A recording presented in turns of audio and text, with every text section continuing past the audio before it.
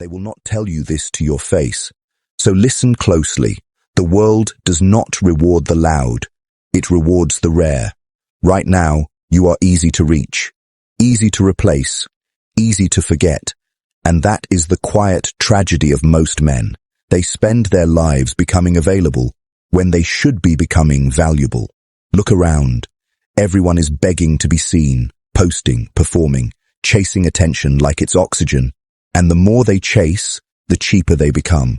You will do the opposite. You will become so calm that chaos cannot move you, so disciplined that temptation cannot buy you, so valuable that your absence costs more than your presence ever did. People do not fear losing what is common. They fear losing what is rare. So you will make yourself rare, not by shouting, but by mastering the one thing they cannot fake, yourself. By the end of this, you will understand a truth most men die without knowing. Access to you is a privilege, not a right. If you're ready to become untouchable, comment, "I am the prize." Say it, mean it, then let me show you how. Number 1, the law of scarcity. Understand this before anything else.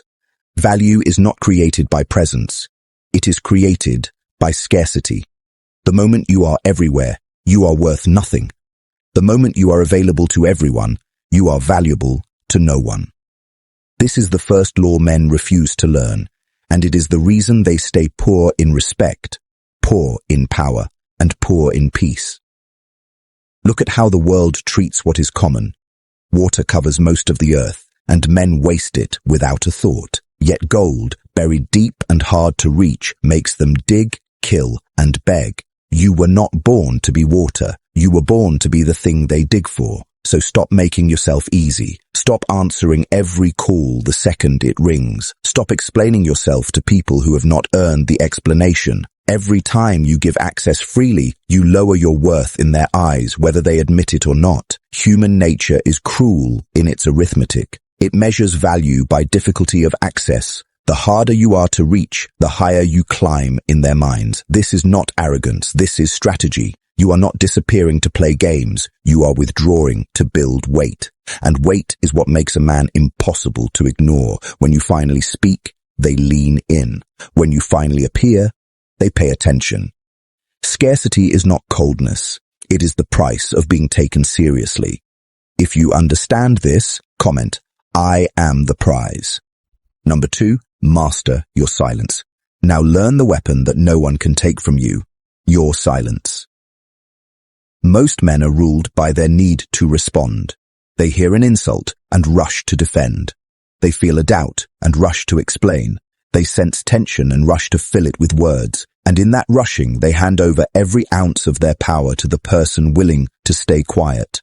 Silence is not weakness. Silence is control, wearing the mask of stillness. When you learn to hold your tongue, you become unreadable. And what people cannot read, they cannot manipulate. The man who speaks less is assumed to know more. The man who reacts to nothing is assumed to fear nothing. This is the illusion you must build around yourself, and silence is the brick you build it with. Watch how people squirm when you do not fill the empty air. Watch how they reveal themselves, confess their intentions, and expose their weakness just to escape the discomfort of your quiet. Their words become your intelligence. Their impatience becomes your advantage.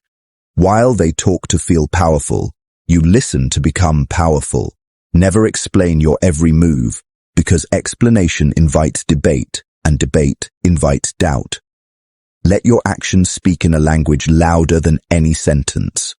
When someone tries to provoke you, understand that they are testing whether they can move you, and the moment you react, they own you. So give them nothing. Let your calm frustrate them. Let your composure unsettle them. A man who cannot be provoked cannot be controlled, and a man who cannot be controlled becomes something people quietly fear. Silence also protects you from your own worst enemy, the words you would regret. Half the wars in a man's life are started by a sentence he could have swallowed. Discipline your mouth, and you discipline your fate. Speak only when your words carry weight, and they will land like judgments rather than noise. This is the art of the rare and the dangerous. If you are ready to master your silence, comment, "Silence is my armor." Number 3. Build discipline into your bones. Now we arrive at the foundation everything else stands upon. Discipline, the one trait that separates the man who talks about power from the man who quietly holds it. Motivation is a liar. It visits you on easy mornings and abandons you the moment life gets hard. And if you build your life on something that's fickle, you will collapse the first time the sky turns grey. Discipline does not care how you feel. Discipline is the decision you made once, honored 1,000 times until it stops being a choice and becomes who you are. Most men wait to feel ready. They wait for the mood, the sign, the perfect conditions that never come, and they die still waiting, still promising themselves that tomorrow will be different. You will not be one of them. You will do the hard thing whether you feel like it or not, because you understand that every time you keep a promise to yourself, you deposit something into an account no one can rob. Self-respect. And self-respect is the root of every kind of power, for a man who trusts himself needs no applause from the crowd. Look at what discipline does to your reputation. When you show up every single time, when your word becomes as reliable as sunrise, people stop questioning you and start depending on you, and dependence is the beginning of leverage. But discipline is not only what you do, it is also what you refuse to do. It is the food you push away, the argument you walk from, the pleasure you deny yourself because you know it leads nowhere. Every appetite you master is a chain you break, and every chain you break is a man you were not meant to remain. The undisciplined are ruled by everything outside them, their cravings, their moods, the opinions of strangers, but you will be ruled by something inside you, a code so firm that no temptation can bend it and no crisis can shake it. This is why the disciplined man is feared. He cannot be bought with pleasure, cannot be broken with pressure, cannot be distracted with noise, because he has already conquered the only battlefield that matters, the one between his ears. While others chase comfort, you will chase mastery, and comfort will chase you instead. Understand that discipline is loneliness at first. People will not clap for you in the dark hours when you are building in silence, but those same people will marvel at the results they never saw you earn. Let them wonder. Your discipline is not for their eyes. It is the quiet forge where your future is being hammered into shape. If you are building discipline into your bones, comment, "I am the prize." Number 4, become emotionally untouchable. Now we sharpen the blade that most men never even pick up, the mastery of your own emotions, because a man who cannot govern what he feels will forever be governed by those who can. Understand the game being played around you. Every day, people probe you for reactions. They say the cutting thing to see if you bleed. They apply the small pressure to test where you crack. They study your face for the flicker of anger, the shadow of jealousy, the tremble of insecurity, because the moment they find your emotional trigger, they own the lever that moves you. So you must become a man whose surface reveals nothing, whose calm is not a performance but a fortress built stone by stone over years of refusing to be moved. This does not mean you feel nothing. Only a fool believes strength is emptiness. It means you feel everything and command it, that the storm rages inside while your face stays as still as deep water. When the insult comes, you do not flinch. When the betrayal lands, you do not rage. When the fear rises, you do not show it, because you know that every emotion you display is a map you hand to your enemies, and every emotion you conceal is a weapon you keep in reserve. Watch how the world panics and understand that panic is contagious, but so is composure. When everyone around you loses their head, the man who keeps his becomes the one they turn to, the one they follow, the one they trust with the weight of the moment. Your steadiness in chaos is not just discipline, it is authority, and people surrender authority to whoever seems least afraid. Learn to create space between what happens to you and how you respond to it, because in that space lives your entire freedom. The untrained man reacts instantly, jerked around like a puppet by whatever the world throws at him. But you will learn to pause, to breathe, to choose, and in the choosing you become something the reactive man can never be. Sovereign. Never let them see you desperate, because desperation is blood in the water and the world is full of sharks who smell it from miles away. Never let them see you needy, because need is the collar you place around your own neck and hand the leash to a stranger. Instead, move through life as if you have already won, as if nothing can be taken from you because you have already made peace with losing it all. This is the paradox of power. The man who does not fear loss cannot be controlled by the threat of it, and the man who cannot be controlled becomes untouchable. Practice this in the small moments so you are ready for the large ones. When traffic tests you, stay calm. When a fool provokes you, stay calm. When life delivers the blow you did not expect, breathe once and stay calm until calmness is no longer something you do, but something you are.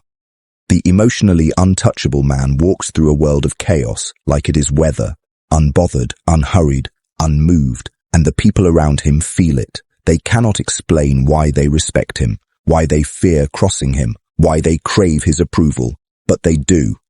That is the quiet power of a man who owns himself. If you are becoming emotionally untouchable, comment, "Nothing moves me." Number 5, make your value undeniable. Now we turn from defense to construction, because all the silence and discipline in the world mean nothing if you have not built something worth protecting. And this is where most men deceive themselves. They want to be feared, respected, and craved, but they have not become valuable enough to justify a single ounce of it. And mystery without substance is just an empty room with the lights off. So understand this plainly. You must become genuinely, undeniably good at something the world cannot easily replace. Skill is the foundation beneath every power move you will ever make, because a man with rare ability holds cards that charm and manipulation can never buy. While others chase shortcuts and beg for attention, you will disappear into the work, into the thousands of quiet hours that no one applauds, until you emerge with a competence so sharp that it speaks before you open your mouth. This is the value that cannot be faked, cannot be flattered, cannot be talked into existence, and it is the only value that lasts. Look at how the world truly operates beneath its polite surface. People do not fear losing access to the pleasant. They fear losing access to the useful, the exceptional, the irreplaceable. Become the person who solves what others cannot, who sees what others miss, who delivers when everyone else makes excuses, and watch how the dynamics shift around you. Suddenly, you are not chasing opportunities, they are chasing you. Suddenly, you are not asking for respect. It arrives unbidden, because respect follows results the way shadow follows light. But building this value demands a brutal honesty most men avoid their entire lives. You must look at yourself without the comfort of lies and ask what you actually offer, what you have actually mastered. What reason the world has to keep you close beyond your ability to entertain it for an afternoon. If the answer is nothing, then that is your assignment, and there is no shame in it, only in refusing to change it. Pour yourself into becoming so skilled that your presence carries weight in any room. So knowledgeable that people quiet down when you begin to speak, so capable that your absence creates a hole no one else can fill. This is the deepest form of security a man can build, because it does not depend on anyone's mood, anyone's loyalty, or anyone's permission. Your value lives inside you, portable and permanent, and no one can vote it away or take it from you in the night. And here is the part that separates the wise from the merely ambitious. You must build this value quietly, without begging for recognition at every step. The man who announces his greatness is doubted. The man who demonstrates it is feared. Let your work be so undeniable that others are forced to acknowledge it against their will, because praise that is extracted by force is worth more than praise you had to beg for. Never explain your worth in words when you can prove it in deeds, because words invite argument, but results end the conversation. Understand also that value compounds like interest. Every skill you sharpen makes the next one easier. Every problem you solve builds the reputation that brings you bigger problems worth solving. Every quiet year of relentless improvement stacks upon the last until you look up one day and realize you have become the kind of man the world cannot afford to lose. That is the goal, not to be liked, which is cheap, but to be needed, which is power. When you are truly valuable, the rules change in your favor without you saying a word. People tolerate your boundaries because your worth justifies them. People forgive your distance because your presence is worth the wait. People fear your absence because they know, deep down, that what you offer cannot be found elsewhere at any price. Build that, and you will never have to demand respect again, because respect will have no choice but to seek you out. If you are making your value undeniable, comment, "I am the prize." Number 6. Guard the gates of your access. Now that you have built value worth protecting, you must learn to guard the gates, because a fortress with open doors is not a fortress at all. It is merely a building waiting to be looted. Understand that access to you is the most precious thing you own, and the tragedy of most men is that they give it away for free to anyone who asks. They answer every message the instant it arrives. They accept every invitation out of fear of missing out. They let anyone into their time, their energy, their mind, and their inner circle without a single question about whether that person has earned the privilege. And then they wonder why they feel drained, disrespected, and taken for granted. You will not make this mistake. From this day forward, you will treat your presence as the rare currency it is, spending it deliberately, withholding it wisely, and never letting the world convince you that being reachable is the same as being valuable. When you guard your access, something shifts in the way people perceive you. What is easy to obtain is easy to dismiss. But what requires effort to reach is automatically assumed to be worth the effort. So make them work for your time, make them earn your attention, not through cruelty or games, but through the quiet, unshakable standard that not everyone deserves a seat at your table, and those who do must bring something to it. This is not arrogance. It is arithmetic, because your time is finite and your energy is limited, and every yes you give to the unworthy is a no you steal from the worthy, including yourself. Learn to say no without apology and without the long explanation that betrays your guilt, because the man who over-explains his boundaries does not truly believe he has the right to hold them. A boundary spoken with confidence needs no defense. It simply stands, and the world learns to respect the line because you respect it first. Watch how people test your gates, pushing gently at first to see if the walls are real or just decoration. They will ask for the small favor, the little exception, the tiny piece of your time that seems harmless, and if you fold, they will return for more, because human nature always takes as much as it is allowed to take. So hold the line, even on the small things, especially on the small things, because the small concessions are how the large ones begin. Protect your inner circle most fiercely of all, because the people closest to you shape your thoughts, your standards, and your destiny more than any book or any teacher ever will. You become the average of those you allow near you, so choose them like a king chooses his counsel, admitting only those who sharpen you and quietly closing the gate on those who dull you. Cut ties with the drainers, the doubters, the ones who shrink every time you grow, not out of hatred but out of self-preservation, because loyalty to the wrong people is betrayal of yourself. And understand the deeper strategy at work here, the reason guarding your access makes you feared rather than merely respected. When people realize that your presence cannot be assumed, that your attention cannot be demanded, that your loyalty cannot be bought with flattery or forced with pressure, they begin to value every moment you grant them. Your rare approval becomes something they chase. Your quiet nod becomes something they crave. Your willingness to make time for someone becomes a signal that they matter because everyone knows how rarely you give it.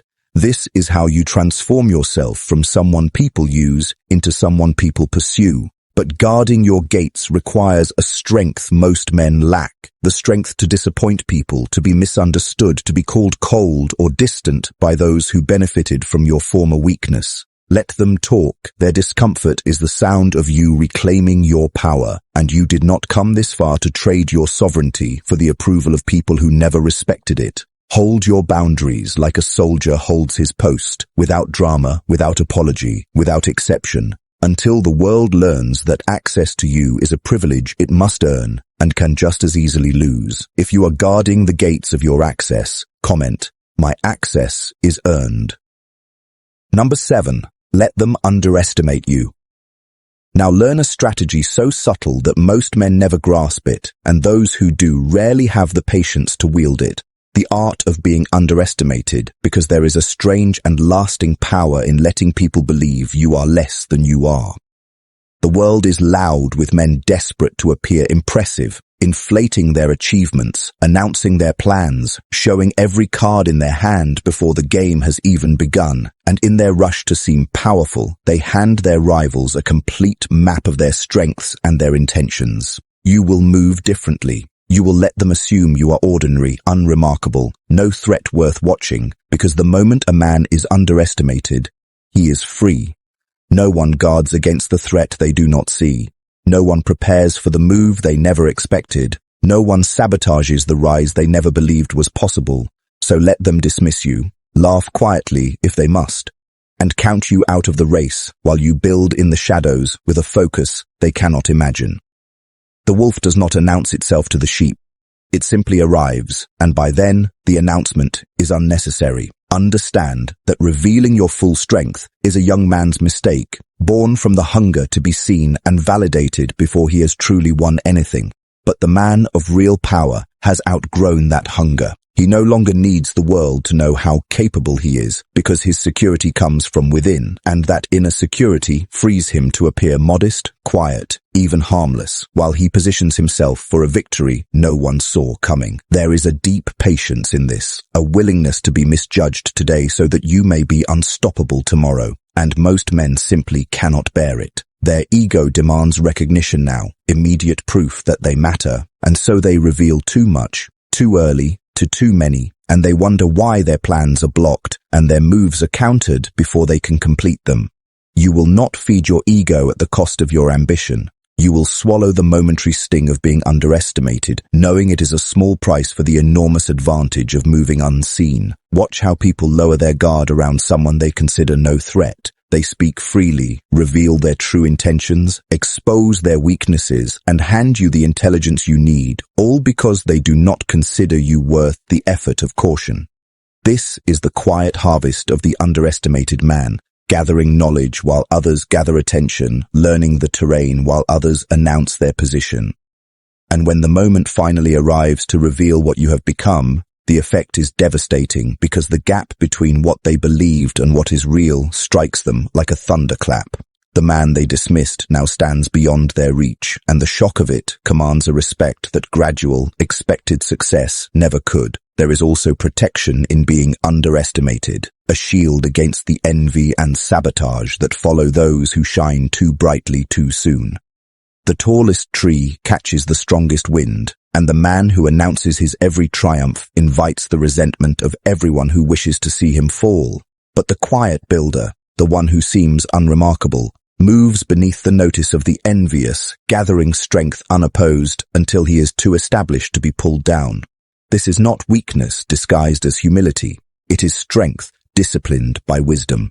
The understanding that power revealed too soon is power squandered. Learn to hold your tongue about your plans, your progress, your ambitions, because the plan spoken aloud loses half its force to the doubt and interference of others.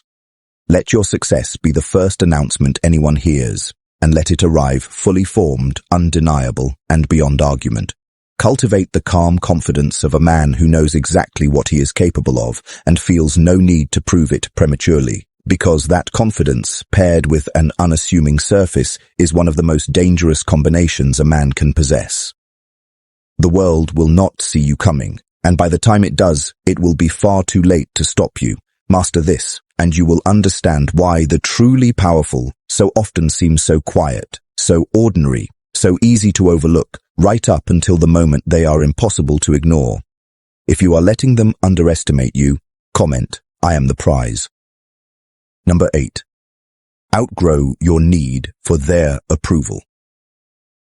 Now we reach the chain that binds more men than any other, heavier than poverty and more crippling than fear, the need for approval, that quiet hunger to be liked, accepted and validated by people whose opinion should mean nothing to a man who owns himself. Look honestly at how this need has ruled you. It made you laugh at jokes you did not find funny. It made you agree with words you did not believe. It made you shrink your ambitions so others would feel comfortable, dim your light so others would not feel threatened, and betray your own judgment again and again just to avoid the discomfort of disapproval. This is the invisible leash, and the tragedy is that most men never even feel it because they have worn it so long they mistake it for who they are.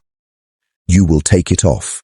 From this day forward, you will understand that the approval of others is a currency that buys you nothing real, a fleeting warmth that vanishes the moment you stop performing for it, and you will stop paying for it with pieces of your soul. Understand where this hunger comes from, so you can starve it at the root. It is ancient, wired into you from a time when exile from the tribe meant death, when the group's rejection was a sentence no man could survive alone. But you do not live in that world anymore. The disapproval of a stranger, a critic, a crowd of people who will forget your name by morning cannot harm you unless you grant it the power to, and that power is yours to withhold. The man who needs approval is owned by everyone whose approval he seeks. Bending in every direction, the wind of opinion blows, and a man pulled in every direction goes nowhere at all. But the man who has outgrown that need becomes something rare and formidable, anchored, immovable, guided by an inner compass that no crowd can spin.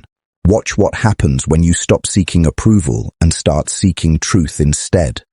Your decisions grow sharper because they are no longer distorted by the question of what others will think. Your voice grows steadier because you are no longer editing yourself to please the room. Your path grows straighter because you are no longer detouring around every fear of judgment. And here is the paradox that will surprise you.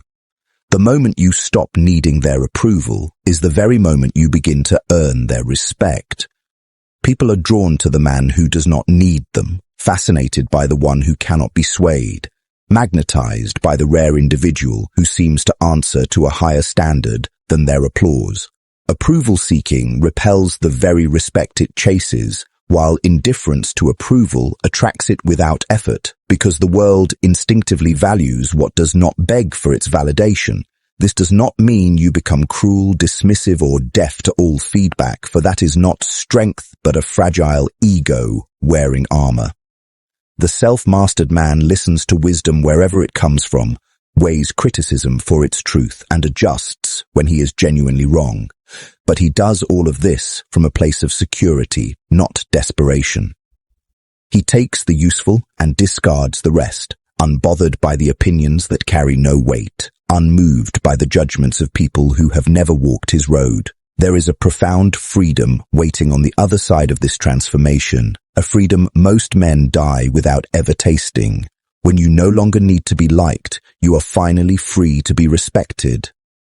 When you no longer fear disapproval, you are finally free to speak the truth. When you no longer chase acceptance, you are finally free to build the life you actually want rather than the life that wins the quiet consent of the crowd. Imagine the weight that lifts when you stop carrying the opinions of people who do not matter, when you stop rehearsing conversations that will never happen, when you stop shrinking yourself to fit inside the small expectations of small minds. That weight has been slowing you your entire life, and the moment you set it down, you move faster, think clearer, and stand taller than you ever have. Understand that some people will not celebrate this new version of you, and that is precisely the point. The ones who benefited from your need for approval will resent that you no longer need it, because your hunger for their acceptance was the lever they used to control you, and now that lever is gone, let them adjust, or let them leave. You did not reclaim your sovereignty to hand it back to anyone who misses the old, obedient version of you. Walk forward as a man who answers only to his own standard, and watch how the world reorganizes itself around a person it can no longer manipulate. If you have outgrown your need for their approval, comment, "I answer to no one." Number 9. Become the rare man they fear to lose. Now, everything you have built begins to converge, and you must understand what you are truly becoming, because the goal was never simply to be respected or admired. Those are common currencies traded by ordinary men. The goal was to become rare, and rarity is the one quality that transforms a man from someone people enjoy into someone people fear to lose. Understand the difference, for it is everything. People do not lie awake worried about losing what is replaceable. They do not guard, cherish, or fight to keep what they can find anywhere. But the rare man, the one who combines value with silence, discipline with calm, skill with mystery, becomes something the world cannot find a substitute for. And the moment people sense that truth, their entire posture toward you changes. They stop taking you for granted because deep down they understand that a man like you does not come again. This is the quiet power you have been assembling piece by piece, and now you must let it become who you are rather than something you perform. Rarity is not a mask you wear, it is the natural result of a man who has refused every cheap temptation the world offered him. While others chased attention, you built substance. While others reacted, you stayed calm. While others begged for approval, you answered to yourself. While others made themselves available to everyone, you guarded your access like the treasure it is, and the sum of all these choices is a man who simply does not exist in large numbers, a man whose presence carries a weight that cannot be manufactured or faked. Understand that people are surrounded by the ordinary conversations, ordinary company, ordinary men who blend into the background of their lives. So when they encounter someone genuinely rare, someone unmoved by the games that move everyone else, someone whose calm feels like strength and whose distance feels like depth, they are magnetized in a way they cannot fully explain. They want to be near it. They want to earn it. And most of all, they fear losing access to it because some part of them knows that what you offer cannot be found elsewhere at any price. This is the position you have been building toward, the position where you no longer chase, no longer beg, no longer prove, because your very existence does the work that words and effort could never do. Understand, too, that rarity carries a strange loneliness at the top, a distance that comes from being unlike the men around you, and you must learn to carry it without flinching. Most will never fully understand you, and a few will resent what they cannot become, but this isolation is not a punishment.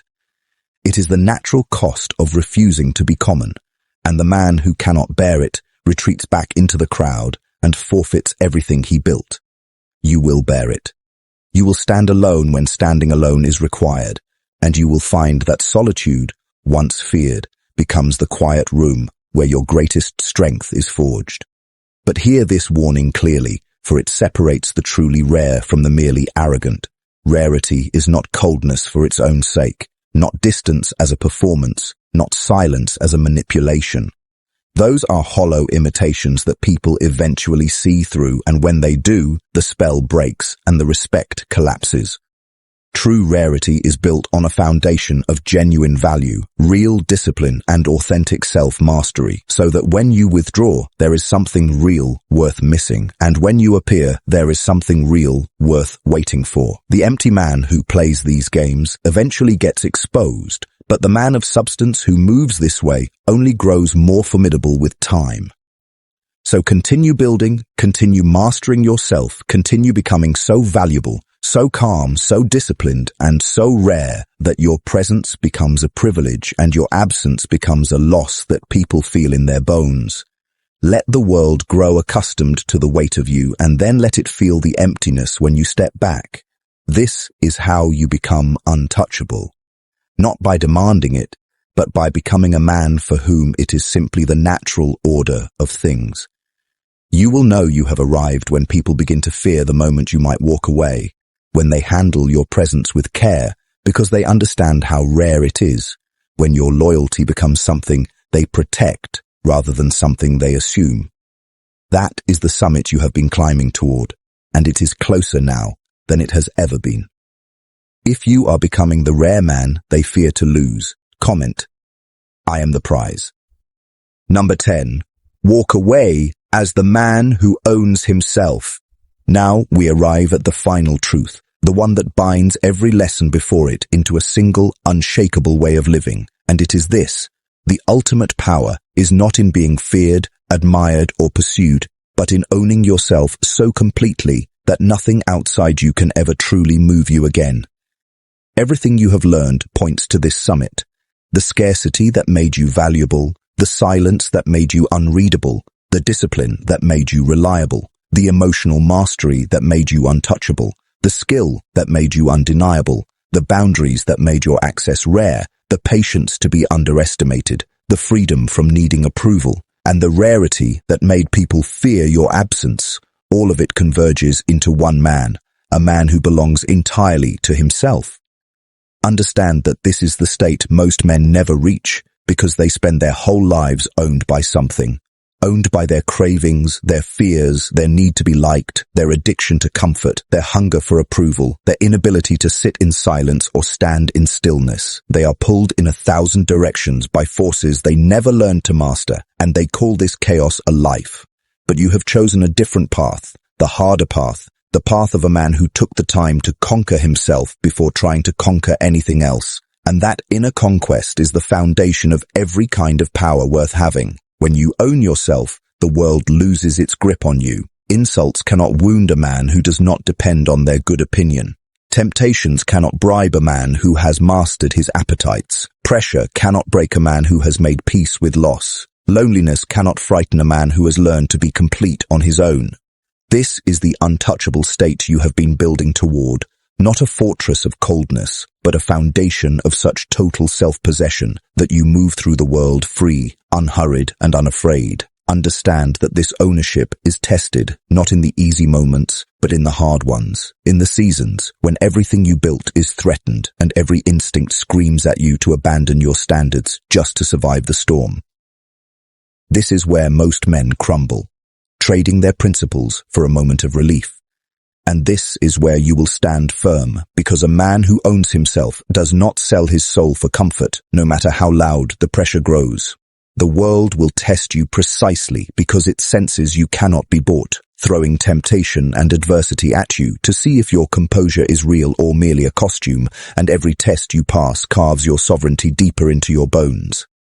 Do not resent these trials, welcome them, because each one is proof that you have become the kind of man worth testing, and each victory makes the next attempt to move you weaker than the last. And here is the final paradox, the one that ties everything together. The man who has no need of others is the very man others need the most.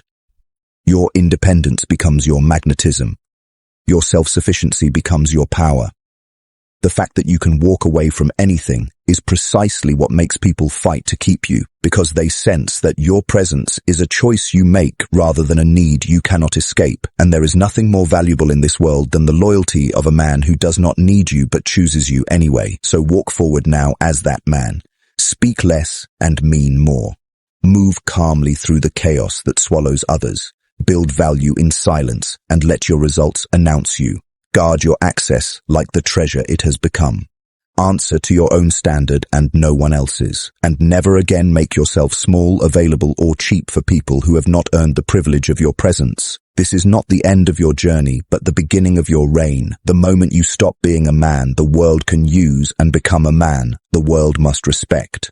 The old version of you, the one who chased, begged, and shrank, is gone, and in his place stands someone rare, disciplined, calm, and utterly his own. Carry that with you into every room, every relationship, every challenge that dares to test you, and watch how the world reorganizes itself around a man it can no longer move.